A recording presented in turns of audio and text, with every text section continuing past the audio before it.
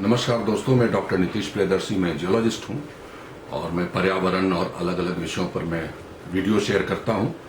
आज मैं एक नए विषय को लेकर आ रहा हूं। आज अभी आप देखते हो कि आधुनिक युग में कई बड़े बड़े उद्योग हैं जो कि लोहा गलाने की विधि, लोहा को गलाते हैं, लोहा से कई सामान बनाते हैं। लेकिन आपको जान के अच्छा भी लगेगा, आश्चर्य भी होगा कि भारत के एक राज्य है पूर्वी में झारखंड, जहां के एक प्रिमिटिव ट्राइब असुर हजारों साल से लोहा गलाने की विधि अपना रहे थे, ईसा पूर्व से लोहा गलाने की।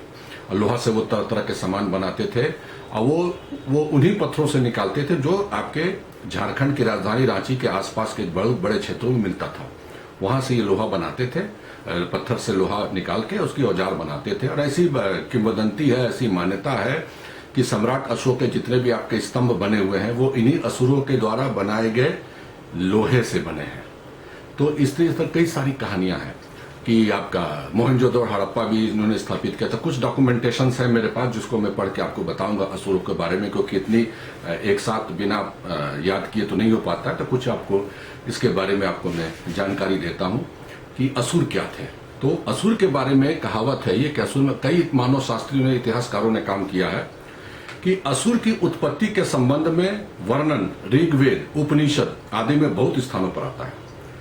असुर शब्द का अर्थ जंगल के शक्तिशाली व्यक्ति से है। झारखंड के असुर वीर असुर हैं। वीर असुर कब तथा क्यों कहलाए इसका पता नहीं है। इस पर अभी भी शोध हो रहा है, पता नहीं है। झारखंड की जनजातियों में असुर एवं बिरहोर जनजाति का नाम जंगल से लिया गया है। इतिहासकार बनर्जी एवं शास्त्री के अनुसार असुर वो शक्ति था जो वैदिक से आर्यन प्रभु शक्ति प्राप्त था। वरुण द्वारा असुरों को साम्राज्य दिए जाने की चर्चा है। आर्य एवं असुरों के बीच बहुत दिनों तक लड़ाई हुई है। जो असुर आर्य होना नहीं स्वीकार किए उन्हें राक्षस कहा गया। उस वक्त भी ये लड़ाई चलती थी। इस प्रकार शुरू में असुर शब्द ईश्वर का प्रतीक था, जो बाद में राक्षस का प्रतीक माना गया। आर्यों के समय में ये शक्तिशाली थे। मौजूमदार 1925 में एवं बनर्जी शास्त्री बताते हैं कि ये एलिरियन चाहे असीरियन शहर में थे जो मिस्र तथा बेबीलोन की सभ्यता अपनाए एवं इसे ईरान तथा भारत तक लाए। 12वीं ईसा पूर्व में असुर सर्वश्रेष्ठ थे। और ऐसी भी मान्यता है, जैसे मैंने पहले भी कहा, कि ये मोहनजोदड़ो तथा हड़प्पा सभ्यता को स्थापित किए। असुर लंबे तथा हरकुलियन शक्ति को होते थे, काफी बलवान और शक्तिशाली होते थे। रामायण में भी कोल का जिक्र आया है, ये कोल असुर ही थे। संकारिया 1971 में जो मानव शास्त्री थे के अनुसार रामायण लोह युग का है। और डाल्टन के अनुसार असुर ही छोटा नागपुर की पहाड़ी के पुराने जगहों पर पुराने वासी थे। डाल्टन के अनुसार असुरों की सभ्यता सुविकसित थी। श्री राजेश्वरी प्रसाद सिंह ने अपनी पुस्तक असुर में असुरों के बारे में विस्तार से वर्णन किया है। रांची के आसपास आज भी असुर हैं और बातचीत होती है, मिलते भी हैं।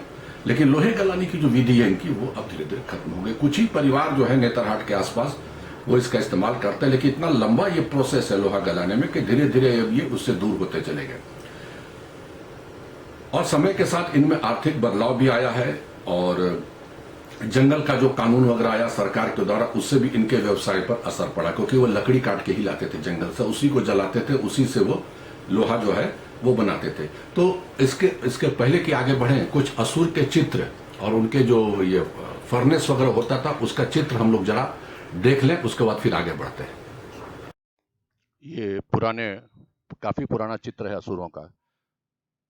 और इसमें आप इस चित्र में आप देख रहे हैं आधुनिक असुर जो दिखाने लोहा गलाने की प्रथा की शुरुआत करते हुए चारकोल के द्वारा। ये उनका एक फर्नेस है जिसमें वो लोहा गला के निकालते हैं।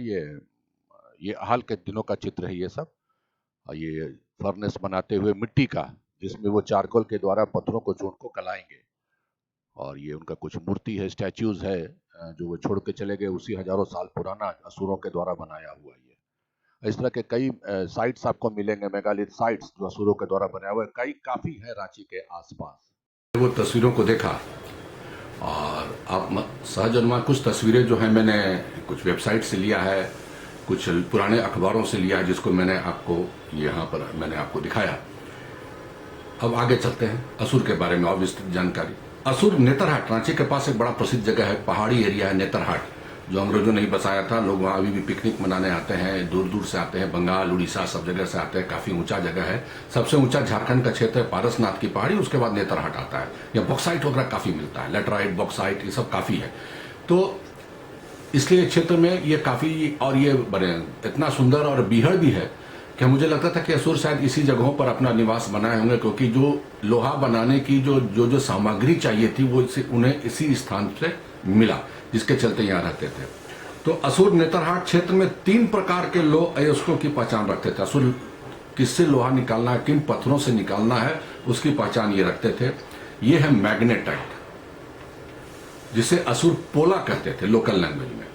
दूसरा है हेमेटाइट, जिसको आप सब जानते हैं, हेमेटाइट जिसमें हम लोग लोहा निकालते हैं, जिसको असुर बीछी के नाम से पुकारते थे। एवं तीसरा है लेटराइट, जिसे वे गोटा के नाम से जानते थे। यहाँ गुरगुट मिट्टी है, उसके नाम से जानते हैं लेटराइट को। मुर्रम मिट्टी के नाम से जानते हैं, मुर्रम पत्थर के नाम से जानते हैं। उसमें पानी, इस लेटराइट में पानी सोखने की क्षमता रहती है, जो रांची के आसपास बहुतायत में मिलते हैं लेटराइट वगैरह। तो इसको लोग गोटा के नाम से जानते हैं। और कहीं कहीं तो मोहल्ला भी इसी नाम से यहाँ बसा हुआ है, इसी लेटराइट के नाम पर, जैसे लाल गुटवा वगैरह, लाल गोटा मट्टी, वहाँ लेटराइट आपको खूब मिलेगा। तो पुराने जमाने के लोग इस सब चीजों से भी अपने बस्ती का नाम, जगहों का नाम वो रखते थे। असुर समाज हर साल, असुर समाज, फिर से सुनिएगा, असुर समाज हरे साल के वृक्ष, ग्रीन, हरे साल के वृक्ष का इस्तेमाल चारकोल बनाने के लिए करते थे। क्योंकि साल के चारकोल में पत्थर गलाने की पर्याप्त क्षमता रहती थी। जिस बर्तन में वे लोहा गलाते थे उसे वे नदी किनारे रखते थे। लोहा गलाने का कार्य ये जाड़े के दिनों में करते थे। इस क्रम में पत्थर के चूर्ण को, जो पत्थर वो लेटराइट, मैग्नेटाइट, हेमाटाइट को चूर्ण को गलाकर लोहा निकालने का कार्य करते थे। इसके लिए इन्हें जंगल में लकड़ी पर्याप्त मात्रा में मिल जाती थी, जिसका चारकोल बनाकर ये लोहा गलाया करते थे। लोहा गलाने के पहले वे लोहा गलाने की सारी सामग्री एक घर के बाहर रखते थे। पूजा के दौरान मुर्गी की बलि दी जाती थी। उसके बाद नृत्य एवं पीने का कार्यक्रम होता था। एक बहुत बड़ा रिचुअल होता था इन लोग का लोहा गलाने का।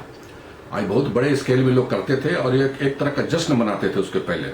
उसके बाद नृत्य एवं पीने का कार्यक्रम होता था। इन सब बातों से पता चलता है कि असुर जो थे, देखिए ये मुझे पढ़ना पड़ रहा है इसलिए कि हम चाहते हैं कि आपको भी डिटेल में ये जानकारी मिले। असुर में लोहा गलाने की प्रथा को कितनी मान्यता दी जाती थी, आप नाच गान और इनका जो प्रोग्राम होता था, इसी से अपन मान लगा सकते हैं। आज ये प्रथा लगभग लुप्त हो चुकी है, अब नहीं दिखता है। ब्रिटिश काल में रेगुलेशन 1793 के अनुसार जमीन की स्थायी बंदोबस्ती में इन्हें उत्कृष्ट भूमि का मालिक करार दिया था। आज जंगल के में पूर्व की भांति मनोनुकूल लकड़ी नहीं मिलती एवं इन्हें चारकोल बनाने में दिक्कत होती है, अतः लोहा गलाने में इन्हें कठिनाई होने लगी।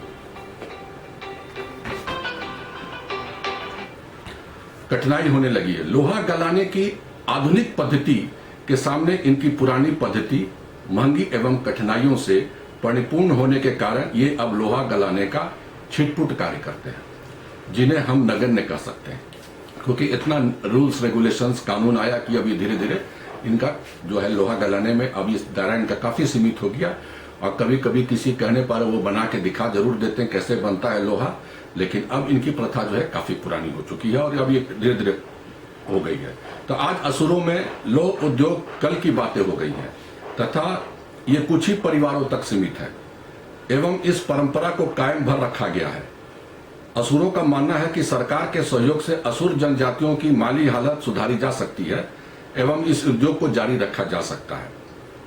यदि लोहरदगा, जो रांची के पास ही लोहरदगा एवं गुमला क्षेत्र के असुरों की सहयोग समिति बनाई जाए एवं कुछ जंगलों के कूपों को इस सहयोग समिति के द्वारा सुरक्षित किया जाए तो इससे समुदाय को लोह अयस्क एवं चारकोल मिलने से कोई कठिनाई नहीं होगी। लेकिन अब यह सवाल उठ रहा है कि अब धीरे धीरे इनकी प्रथा जो है वो अब कम हो गई है। जैसे हमने कहा कि असुर द ग्रेट, असुर को भगवान का रूप, ईश्वर का रूप, लेकिन बाद में आर्यों के साथ इनका भिड़ंत होना, युद्ध होना, ये सब इन पर बहुत अफेक्ट किया। फिर ये जंगलों में चले गए और जैसे हमने कहा कि ये अस्त्र बनाते थे और बहुत सारी कहानियां हैं कि जो अस्त्र बनाते थे, फिर मुंडा लोग के साथ भी इनका भिड़ंत हुआ था। वहाँ ग्लोबल वार्मिंग का भी कंसेप्ट आता है, वो बात की मैं चीज़ों में बताऊंगा कि एंशियंट ग्लोबल वार्मिंग का कंसेप्ट भी झारखंड से ही शुरू होता है। जैसी मान्यता है कि हाँ, पहले सब जगह मानव सभ्यता का जो विनाश का कारण बाढ़ है, तो असुरों में और मुंडा ट्राइब में ये आता है आपका अग्नि वर्षा, आसमान से आग बरसना। तो क्या वो उस वक्त ग्लोबल वार्मिंग था, ये बात की मैं चीज़ों में बताऊंगा। लेकिन अभी ये स्थिति है कि असुर जो है आज भी हैं, दिखते हैं, कहने पर आज भी लोहा गला सकते हैं। तो सरकार को भी चाहिए कि इन्हें बचा के रखे, ये प्रथा को बचा के रखें, इस विधि को बचा के रखें, कि आने वाली पीढ़ी इस चीज़ को जान सकें कि एक पत्थर से, चाहे वो लेटराइट हो, मैग्नेटाइट हो, हेमाटाइट हो, हम कैसे लोहा गला सकते थे। ये बहुत बड़ी बात होगी। Thank you.